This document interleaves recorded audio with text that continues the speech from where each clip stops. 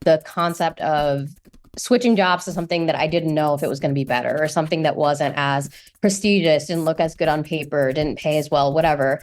The risk just felt massive to me to move away. I was kind of paralyzed by the anxiety of like, okay, on paper, I'm in a great spot right now. I hate my life, but on paper, everything's great.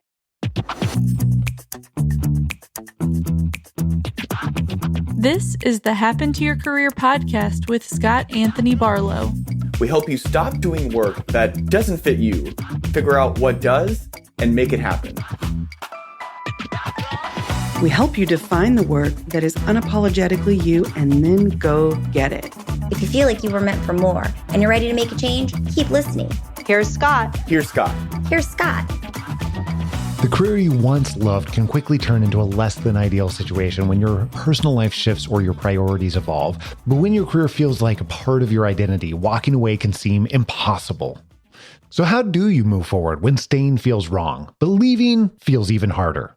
After watching my dad go through his treatment and have had like several close calls, I kind of walked away feeling like, that's what's important is the people I care about, the people that I love, and like our health and our well-being, and being able to spend time with each other, and all of the other stuff at work that clients would call to complain about whatever. And it was kind of my job to fix things as a salesperson. That's your job sometimes, but it all just seems so insignificant in comparison to what was going on in my personal life.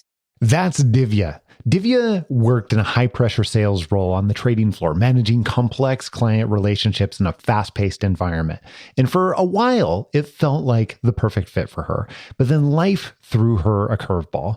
When a colleague left the company, Divya was handed an overwhelming client list. Now, if that had been the only challenge, it might have been manageable. But this happened at the same time her dad was diagnosed with leukemia. And suddenly, she found herself trying to juggle it all, holding everything together at work, while also needing to be there for her dad and support her family through an incredibly tough time. And she finally realized that she just couldn't power through, and something needed to change.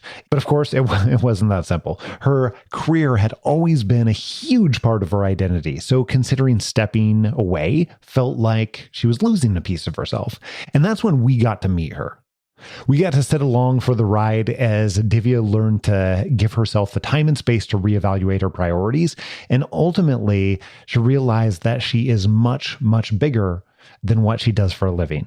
Divya does a great job of sharing the emotional complexities of leaving a job that you'd once loved and untangling the identity piece. She also walks through the steps she took to try and figure out her next role, from test drive conversations to strategic reach outs, and how she ultimately found a new position that fits the life she truly wants. I was never really sure what I wanted to do in my career. I didn't really have a kind of practical dream career going into undergrad. So when I hit kind of my junior year, we had a lot of on-campus recruiting events, info sessions, things like that. And so I still kind of had no idea what I wanted to do, attended as many of those as I could, and just cast a very, very wide net in terms of what I was applying to for internships for that summer. Sure. And that's kind of how I just stumbled across the industry that I'm in now. I got an internship offer from a bank, worked there that summer, got a return offer, and went back. And I kind of explored other stuff here and there, like other offers that came in or other kind of application opportunities, but this just seemed like the best option. So it wasn't really something I sought out. It's just kind of something where I ended up. So if you were to go back and do it over again, do you feel really positive about where you ended up, or would you have done it differently? Can't go back, but I'm curious. Yeah, I think, funny enough, I do think that the role that I ended up in, or kind of the space that I ended up in within finance, is weirdly a good fit for my personality type. It's not project-based. It's very kind of go with the flow, reactive. Mm-hmm. It's on the trading floor. So you kind of get in the morning and things happen and you're just kind of taking care of them, blocking and tackling. Very collaborative. Like we don't have cubicles or offices. We're just sitting in a bench like style, just right next to your team. So that, if you describe that to me when I was recruiting, I would have said, that sounds horrible. Please don't put me there. But hindsight is 2020. And I think that does match my personality well. I have ADHD. And I think that kind of the energy and the reactive part of being on the trading floor is really good for me and works really well for me, like kind of the urgency versus being on a project for, 2 months and you kind of have to set a routine yourself, set your own deadlines to stay on track. So I think, yeah, it worked out well for me. What I'm really curious about, if we're going back a little bit here, I know that when you were going to transition from your last role, last opportunity, you had determined that, hey, this is not the best fit for me. However, also you had some things going on with your family at the same time. Can you tell me a little bit about that? Yeah. So maybe like 6 months before I made the decision to resign, my dad was diagnosed with a type of leukemia. And so he's, knock on wood, he's doing well today. He's cancer free. But back then, it was obviously kind of came out of nowhere. And he was in the hospital for almost 2 months getting like intensive treatment.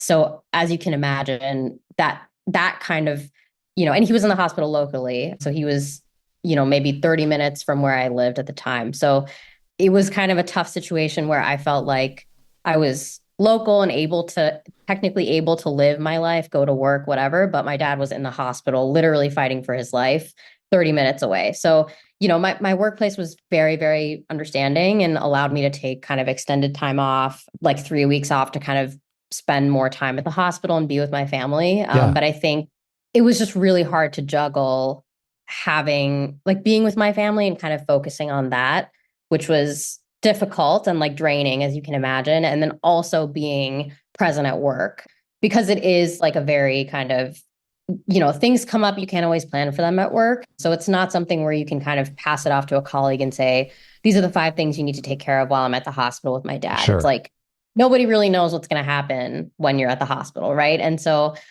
it was just tough to feel like I was doing a good enough job at work, but still able to be with my family the way that I wanted to. And also at the time at work, like right before my dad was admitted to the hospital, one of my senior colleagues left. And so I think at the time I had maybe 4 or 5 pretty small clients. And after he left, I got his entire client list. So I went from like 4 or 5 to like over 40, essentially overnight. Wow. And it was just a really bad timing, like to be stepping into a more senior role, to be picking up a lot of kind of important clients who, I was a salesperson. So kind of, they need to see my face. They need to hear my voice on a regular basis. So to have that happen while I'm also like, hey, I'm leaving for 3 weeks to go sit at the hospital.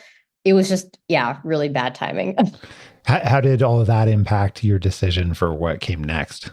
I think, like I said, my team was really understanding, but ultimately the clients also matter. And all of my clients didn't necessarily know what was going on.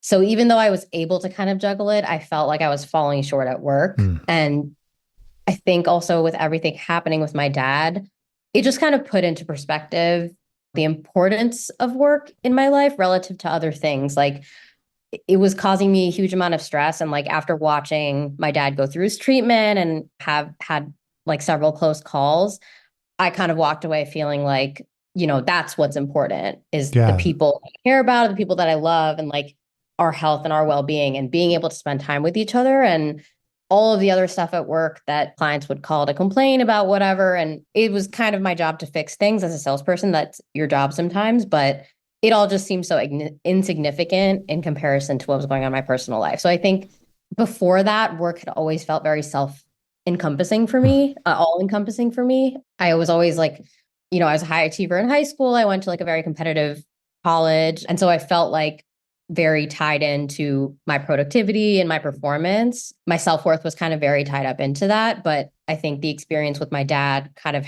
helped me to take a step back and realize like, this is not the end all be all, or be all end all. I always get that mixed up. Whichever way you want to go. This is not everything, like there are things that matter more. And it's okay to kind of step back from this because other things just need more right now. Yeah, that is good. So I'm also curious, you've mentioned this idea of your identity being really wrapped up in what you did and what you were achieving and everything else. Tell me a little bit about what it was like trying to, 1, recognize that, and then 2, attempt to untangle your identity from your work. It was tough. It was very tough. I think it really started from a place of just like sheer panic and desperation. Like I remember the first time I brought it up on a call with Philip, because before that, I had never even kind of considered quitting with nothing lined up. I signed on with Philip because I was like, I need to find a new job and leave as soon as possible. The possibility of leaving with no plan was like never on the table for me. And I remember I came home from work one day and just like, it had just been a long day of problems that I hadn't caused, but were my responsibility to fix, and clients complaining about things that kind of, again, felt very insignificant in the face of like what I had going on in my personal life. And I had my call with Philip and I was just like, I just need to get out of here. I don't know how much longer I can do this. I don't want to go in tomorrow. I need to get out of here like yesterday. And he was like, have you ever considered just quitting? And that's it. And that was when I really started to do the process of kind of like, because I think that question made me realize, what would it feel like to quit and not have a job and like not have a career identity, which I've kind of had been clinging to. It was tough. I think in the beginning I was like, Philip, you're crazy. And then I started to think about how nice that would be to kind of be unburdened from that. And I started talking to my friends and family, and then they were like, no, you're crazy. So if we fast forward here, you did end up leaving.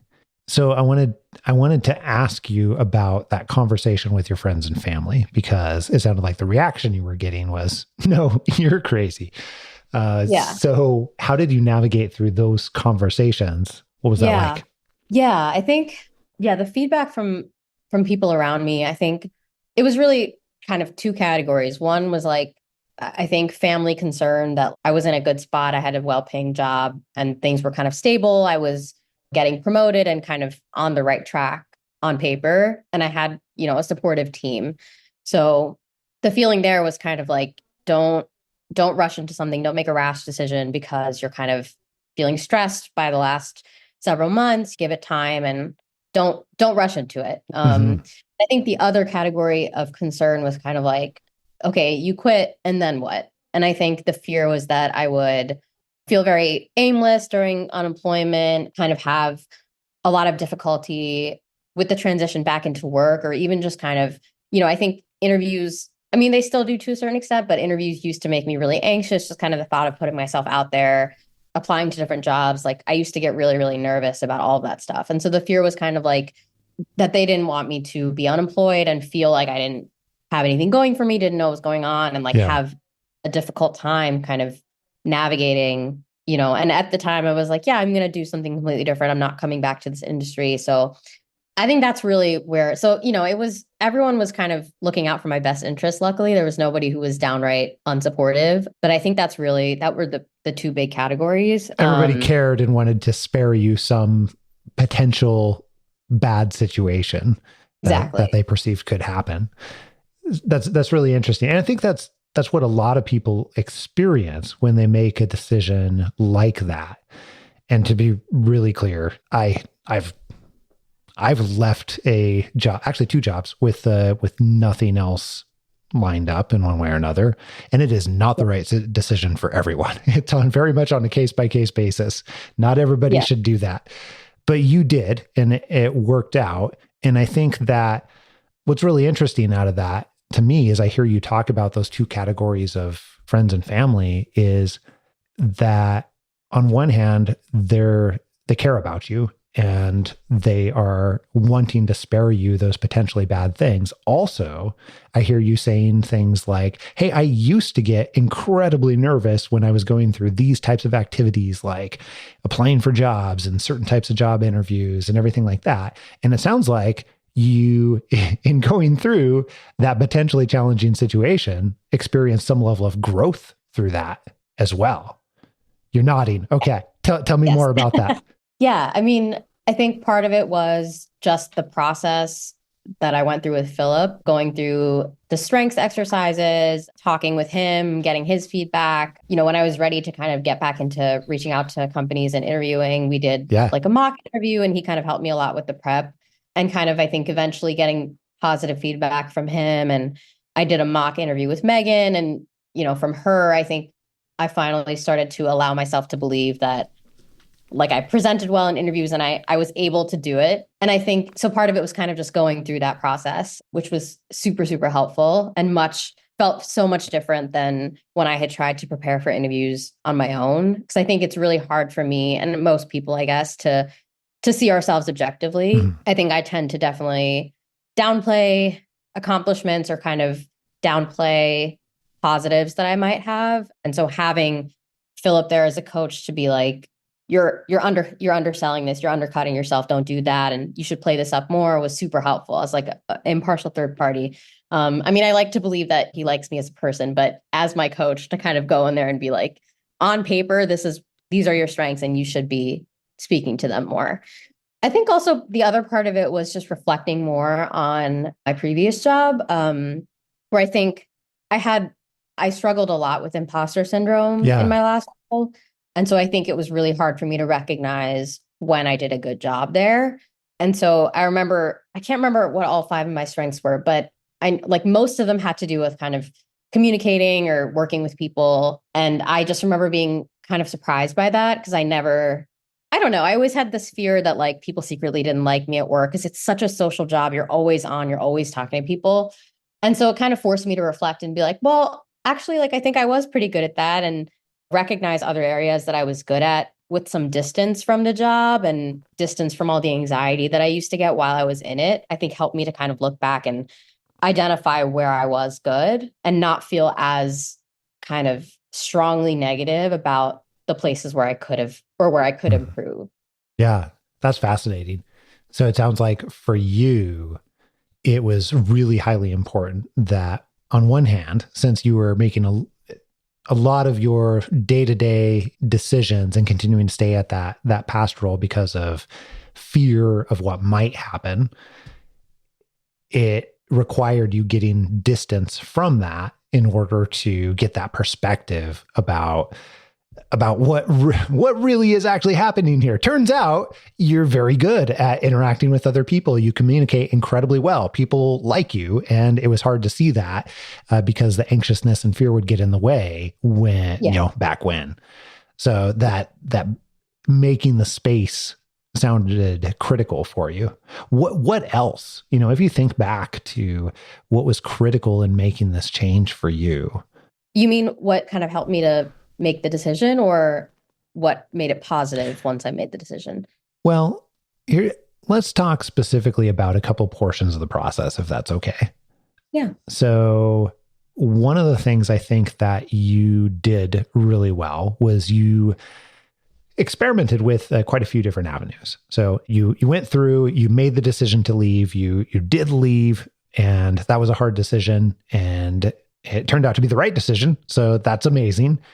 And as you later on started or continued to make the change, you were experimenting with those different avenues. And they were pretty wide reaching. If I remember correctly, you had things like different graduate programs you were considering. Was pastry chef on the list at one point? It was. You were considering a lot of different avenues. So tell me a little bit about what you were considering and how you went through and progressed deciding what directions should I go. Yeah, I definitely explored far beyond kind of my industry. I think it was really from Philip's encouragement. He at the time was like, you just did this big thing, you quit, you never thought you would be able to do that, and the world is your oyster. So don't kind of limit yourself. Just go crazy, like whatever you think you might be interested in. Because I really, truly didn't know. I didn't quit with anything particular in mind. I just knew that I didn't like what I was doing. So I kind of just thought about the things that I like, as hobbies in my personal life and the things that I'm kind of interested in, like topics that I'm interested in. And I landed on pastry was one of them. I like baking in my spare time. I have an uncle who's a pastry chef. So there's a little bit of connection there. Absolutely. Healthcare and the health industry was another big one. I think mainly driven by my experience with my dad. And so that took the form of I looked into a few different grad programs, and then I was looking at companies in the health tech industry. So it was really just a function of look at what you do enjoy, because I was kind of coming at it with a very blank slate and see what can we pull from the things that you enjoy in your personal life and what jobs are out there that might fit those boxes. How did you decide not to pursue some of those options? Like, for example, pastry chef or any of the graduate programs? Yeah, I think, well, for pastry, I think it just came down to a lifestyle situation. I just don't think the lifestyle of a pastry chef. Ironically, when I was reading about it and when I talked to my uncle about it, it sounds like a very similar environment to the trading floor, and that it's like high urgency, people aren't always, there can be yelling and there can be cursing and people aren't always like sugarcoating stuff. And yeah, so it sounds very similar, but not in a way that I kind of wanted to go back to. And it's something that I do as a hobby. So I kind of felt like I didn't want to ruin that by making it something stressful for myself. Yeah, that's really interesting. I think that's always a question that comes up for people. Not always. I shouldn't say always. Many times it is a question that comes up for people that we get to help navigate through these decisions, where it's like, hey, I know that I love this. I could see myself diving further into this, but is that going to ruin the experience that I have and the relationship that I have with this type of activity because it's fun and it's a hobby? And do I want it to be more than a hobby? And I think that's a legitimate question. It sounds like for you, in this case, that would not have been a good decision for multiple reasons, not just the hobby side. Right. Yeah, exactly. I think also I think the stress would kind of come from, I would want to be a high achiever. And then it would also be like financially 28 now. I was 26, 27 when I was going through this process. And so it felt like, I'm still in a phase where I want to be saving as much as I possibly can. I'm getting married next year. I want to have a family probably. So that was kind of on my mind too. And I didn't want it to turn into something where I'm like, I know that opening like a pastry business and running it would be incredibly stressful. So yeah. Yeah. So it doesn't line up. So it sounds like you moved that off the list. That makes a ton of sense. I think those are really important pieces to recognize. What about the graduate programs? Yeah, the grad programs, I think, I kind of eventually narrowed down to psychology and physical therapy as like the two areas that I was most interested in. And those are still on the table for me. I think I don't know. I didn't feel like I was ready at the time to jump into a grad program. I think those are like complete pivots from my background. So it would kind of require like probably a year of taking prerequisites. Yeah. So I kind of now I'm looking at it as something that I could explore for a second career when I'm done with this one. Whereas at the time, it just felt overwhelming to think about, I just took some time off from work and now I'm going to jump into a grad program that could be 4, 5, 6 years paying tuition and kind of not being able to work for that duration of time just felt like a bit too much of a stretch for me. Yeah. And it didn't fit what you wanted, it sounds like, during that 4 or 5 or 6 years. But I think what's really interesting, I love how you're thinking about this though, and not that, hey, I made this decision, now I can never go do a graduate program that I was potentially interested in. You're saying, instead, I hear you saying that, hey, this could be a future potential. I've not taken these fully off the table, even though it wasn't right for right now or what was right now at that time. That's really cool. It really truly is an iteration. And I love that you're looking at it like that. Yeah, I think part of what helped me have that perspective is I spoke with somebody who I happened to meet while I was going through this process with Philip, who is a psychologist now. And she started her career as a lawyer, and I think went back to school to get her doctorate in psychology in her early 30s, I believe. So that's what made me realize, like, okay, I don't have to do it right now. It's not like, not like the gates closed. So that helped me. That's amazing. And I think that's part of the benefit for being able to go and have interactions with other people that have done these things or had these experiences, is you can pull from them what's going to be useful to you as you're making decisions. So nice work. That's not always, it's easy to talk about on a podcast like this, and it's another thing in its entirety to go and actually do that. So nice job. Thank you. Yeah. So another thing I was really curious about, how did this particular opportunity that you're in now, how did that happen? You can sort of take me through like beginning to end, because there's a lot of things that you did as far as going from deciding where you wanted to spend your time and what could be potential options, eliminating options like we talked about earlier, But eventually you accepted an opportunity, right? Mm-hmm. So how did that happen? Can you sort of take me through beginning to end? What did you do? What did you say? What did it? Yeah. So I kind of came across this over this past summer. I was kind of focused on reaching out to companies in like the health tech space. Yeah. But I had told myself that I think by the end of June, if I'm kind of not making headway, which I was struggling to, I think it was a tough time to be looking for a job at a startup, especially with no startup experience. So I kind of told myself, for my own sanity, to kind of stick to the timeline that I've set for myself. I'm going to also reach out to old colleagues and let them know, I'm looking, I'm open. If you have anything that you think I would like, feel free to let me know. So I did that and kind of reconnected with some colleagues from my previous job. And one of them put me in touch with somebody who works at the company that I'm at now. And I think maybe a month after I first spoke with her, she got back to me and said, hey, there's another team that I work with and they're hiring. And I think you might be interested. Do you want to speak with them?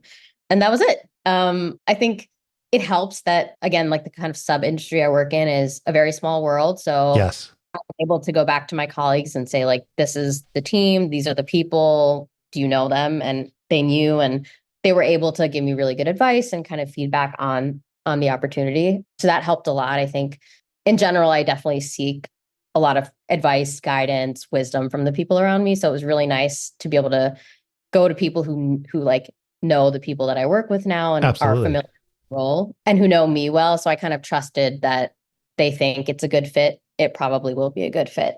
Yeah. So you were saying that this particular opportunity was a byproduct of you recognizing that within your overall comprehensive set of goals, you also had some timelines that you wanted to hit too. So you recognized that you needed to focus not entirely on startups, but sort of expand the areas that you're looking, if I'm understanding correctly. And then so that caused you to reach out to the people that you already had relationships with. And when you reached out to those people, like in this case, for whatever led to this opportunity, do you remember what you said, or was it an email? Did you pick up the phone? Did you text somebody, or what did that look like? Let's get into the nitty gritty here for a minute. Yeah. So this was an old client of mine. Yeah.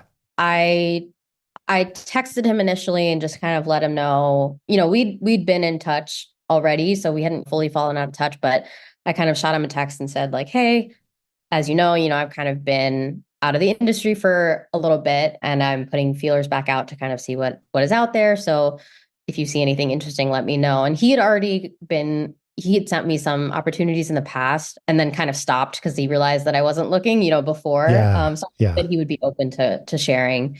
So that's how it started. And then we eventually met up for coffee again to catch up in person, which was really nice. And kind of, you can speak more freely. And I think he got a better understanding of what specifically I was looking for and what I was not looking for. And at that point in time, you'd already done a lot of this work for yourself to be able to say, hey, I don't want more of this and I do want more of this area. So it sounds like you were able to articulate more of that. Well, what's an example of something that you told him at that time? Do you remember?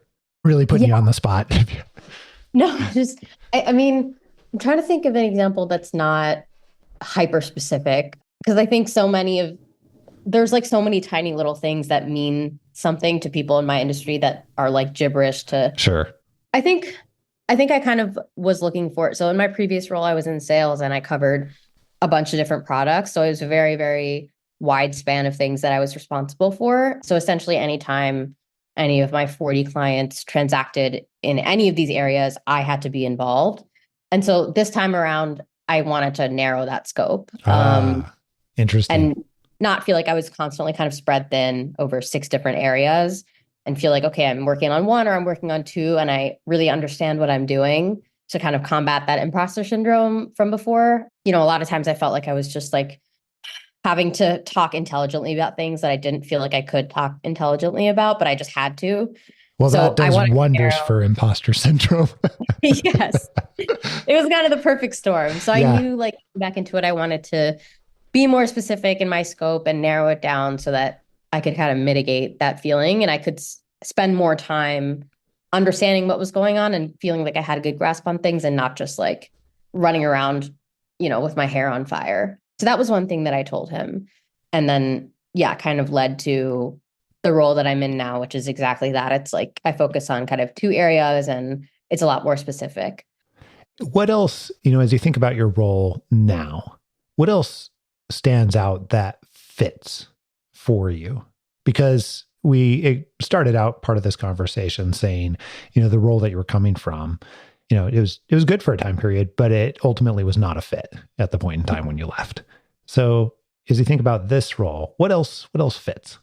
One really big thing is that I get 1 day remote per week, which is getting to be very, very rare in the finance industry. Yeah. So that's huge. I think that, my previous job was 5 days in a week, 5 days in office per week. So, and it was really, there was like very little leeway unless you were like actively ill. That's an interesting one too, because if I remember correctly, I think when you came out of the other role, you had thought you wanted to go 100% remote and then determined you actually did want to spend some time in person. Is that right?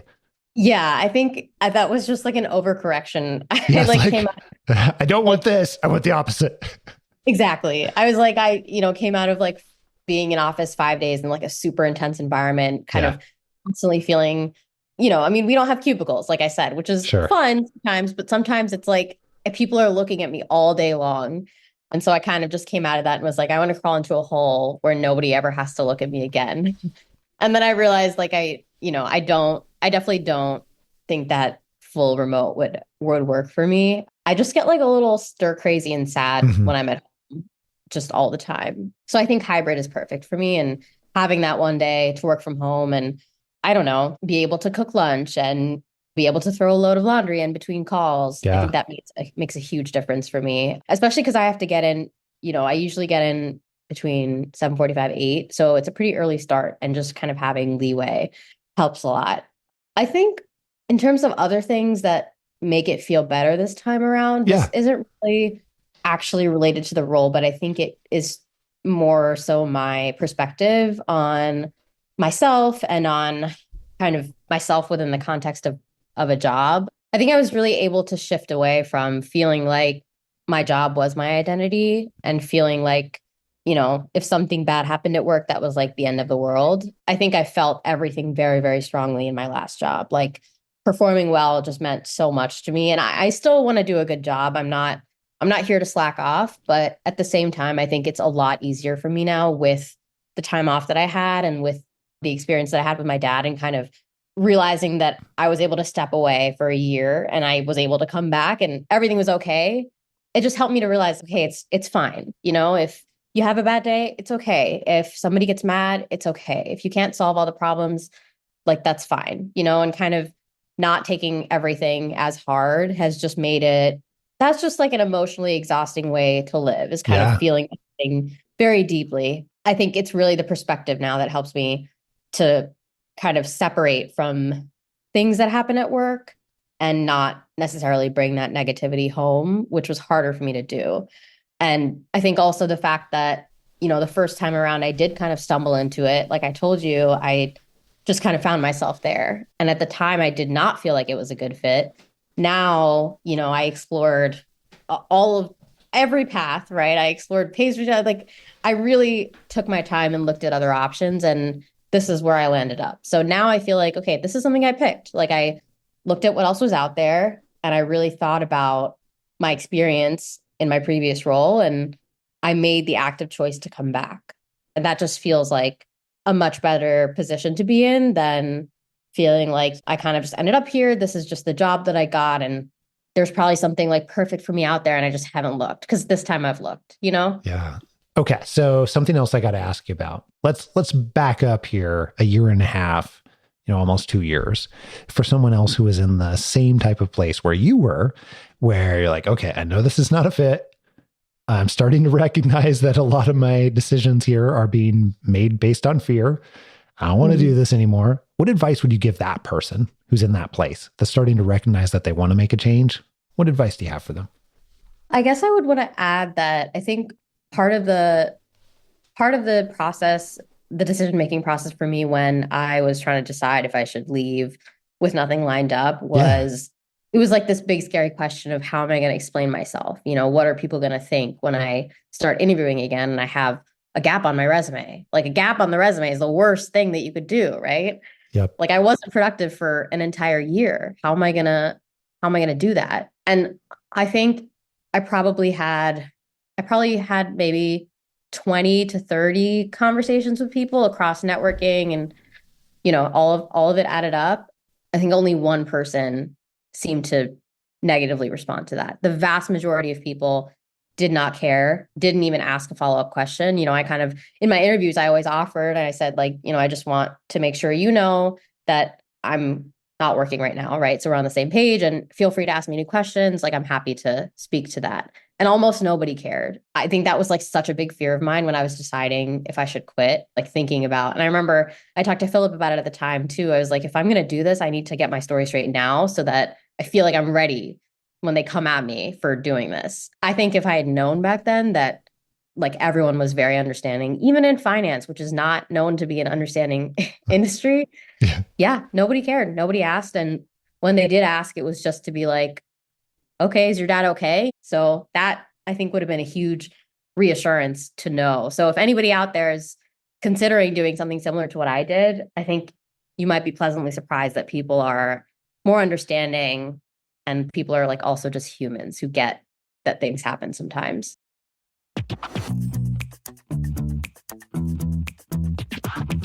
Most of the episodes you've heard on Happen to Your Career showcase stories of people that have taken the steps to identify and land careers that they are absolutely enamored with, that match their strengths and are really what they want in their lives. If that's something that you're ready to begin taking steps towards, that's awesome. And we want to figure out how we can help. So here's what I would suggest.